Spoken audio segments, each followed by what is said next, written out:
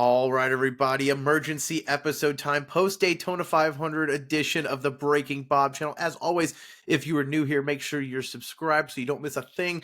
We always talk NASCAR and racing on a daily basis, and it has been a loaded weekend on the channel, so make sure you get up to date here with us here. But the checkered flag just flew minutes ago, and this morning they took William Byron's Daytona 500 winning car out of the 500 museum, and it's going right back in there. It's like the Abe Simpson gif. Byron pulls off a back-to-back win. He was ninth place when the white flag flew, but when chaos falls, somehow it seems like old Willie B finds a way to take advantage of it. And tonight was no less. It's been a long day. There was a 3-hour rain delay, 2 rain delays technically, and NASCAR somehow, though, got this race in tonight under the lights in prime time. The action did not disappoint. So that's why I want to say, did the ending disappoint? I'm not totally sure, but when you have a winner in William Byron who's on a mega team like Hendrick Motorsports winning back-to-back, this should be a big deal. And instead, it feels like it's just on top of the way he won last year. It's disappointing, I think. It's just underwhelming. Underwhelming is a good word. Underwhelming, to say the least, that William Byron won in this fashion. It wasn't like he controlled the race, led 10 laps, but, it was definitely a Ford-day, a Team Penske day.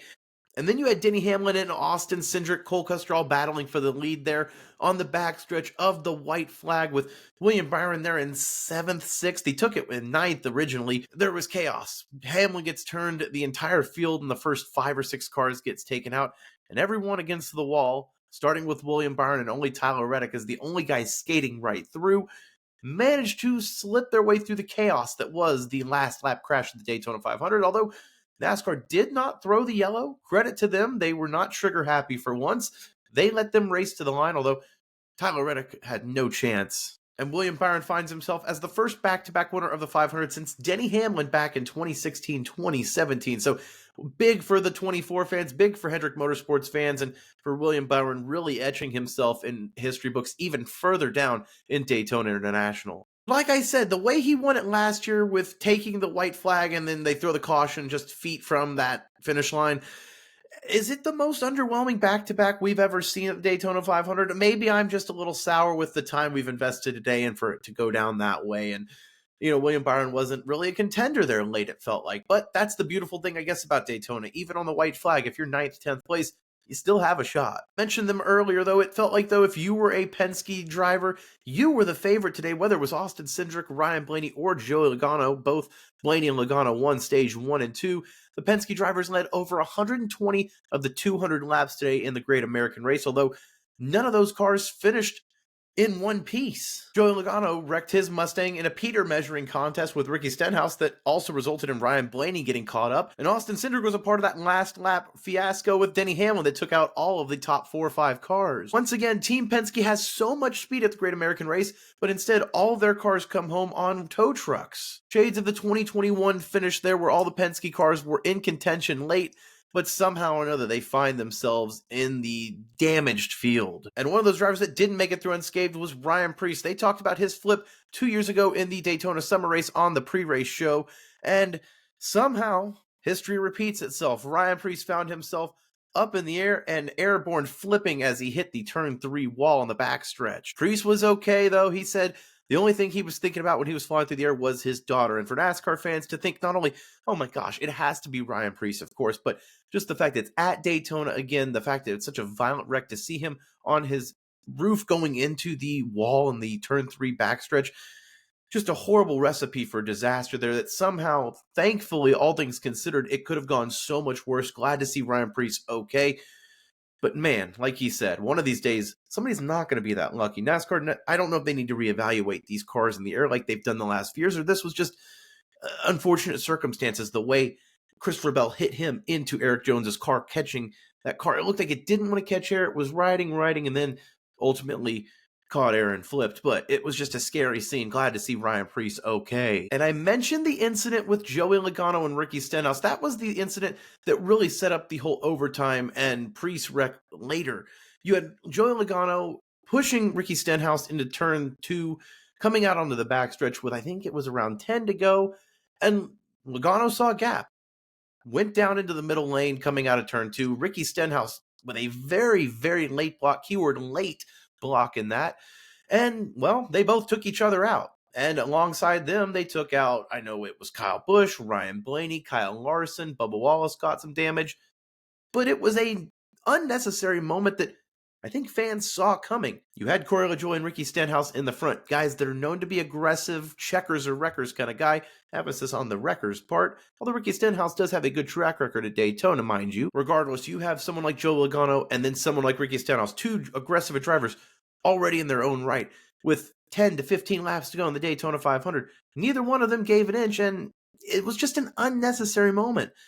I know it's late in the race, but you still have a decent amount of time with 10, 15 laps to go there. Was the juice worth the squeeze? I know that's easier said as the armchair quarterback right here, but you took out a lot of good cars, and ultimately you didn't even have a chance to compete for the win at the end there. So everyone's to look for fault. It's Recky's fault. It's Joey's fault.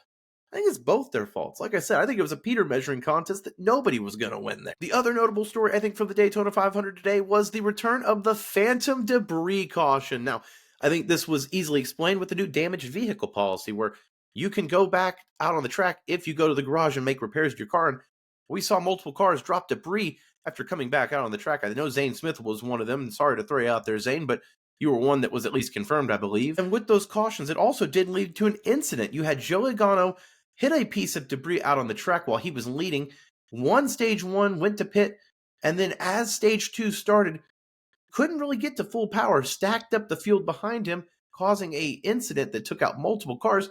And Logano ultimately went down a lap, fixed the issue mechanically, but it was because a piece of debris was out on the track. So, we were all excited about this damaged vehicle policy change in the offseason, and yes, it may still work, but we're getting to see the repercussions of what we asked for, at least early on in the Daytona 500. So that is something to note moving forward, especially at these drafting style tracks where there's going to be a lot of damage and wrecked cars. Before we wrap up here, let's look at some of the finishing results. What jumps out to me in this top 10? 4 of the top 5 cars, though, are from the Toyota Gazoo Racing family with Reddick, Johnson, Briscoe, and Nemechek straight 2 through 5, following William Byron Chevrolet in the victory lane circle. Alex Bowman with a 6th place finish. Then Ryan Blaney and Austin Cindric limped their Penske Fords. I guess limped is a key word there. Home to a top 10 finish, although they're going to be wanting more. Justin Allgaier and Junior Motorsports in their NASCAR debut in the Cup Series for Junior Motorsports get Dale Jr. and Chris Stapleton a top 10 with Justin Allgaier with a quiet but sneaky performance bringing that 40 car home. In a day where Trackhouse Racing saw all of their drivers collected in incidents, 3 of the 4 not even finishing, Daniel Suarez with a 13th place will be the best that the Trackhouse will see them finish this weekend at the Great American Race. Although Ty Dillon, a surprising 14th place finish, he actually beats Chase Elliott in 15th, who Chase Elliott looked like he had a lot of speed today, but just couldn't quite get to the front, it felt like. Denny Hamlin, a 23rd place finish. That's really tough when you take the white flag in the Daytona 500 to finish outside the top 20. But checkers or wreckers is the name of the game, and Hamlin knows it as a 3-time 500 winner that you're either all in or you're all out. And unfortunately for Hamlin, he got taken out of his control, though that's really, like I said, the nature of the game when you're racing for a Daytona 500 trophy on the last lap. Overall, I thought the racing was pretty strong, although I would love to hear fuel save a lot less on the broadcast. I understand it's a part of the race, but there's got to be a way to get around this, whether it's extending fuel stages, shrinking or largening these fuel cells one way or another. We don't want the Indy 500, the Daytona 500 to be a fuel save race. When these are this country's greatest racing spectacles, fuel save doesn't need to be a majority of the race. And I know the racing was strong today, but that's something that I think that we need to look at moving forward as a whole. I thought the Fox broadcast is what it is at this point, although the pre-race was a little bit of a circus at some point. I mean, I understand that we're covering all of the spectacle from A to Z, but the fact that on lap 2 we had to find out that 10 cars had to go to the back of the field, there was just a little unseriousness at some point. But again, it's Fox. It is what it is. Although after yesterday's CW Xfinity coverage, that was such a breath of fresh air. Let me know your thoughts, though, about Fox's coverage as well. Overall, about the racing today. William Byron back-to-back in the Daytona 500. If you like what you saw, like this video for Breaking Bob. Subscribe to the channel because it does help me out a ton here. I'll see you this week as news comes out, I'm sure, from Daytona as we head to Atlanta next weekend. Last year, of course, Daniel Suarez winning that 3-wide finish Let's see if this year we can see some electric highlights as well. I'll be here for all the coverage as always, though. Make sure you stay tuned for more, folks. Thank you for watching here at Breaking Bob. See you next time.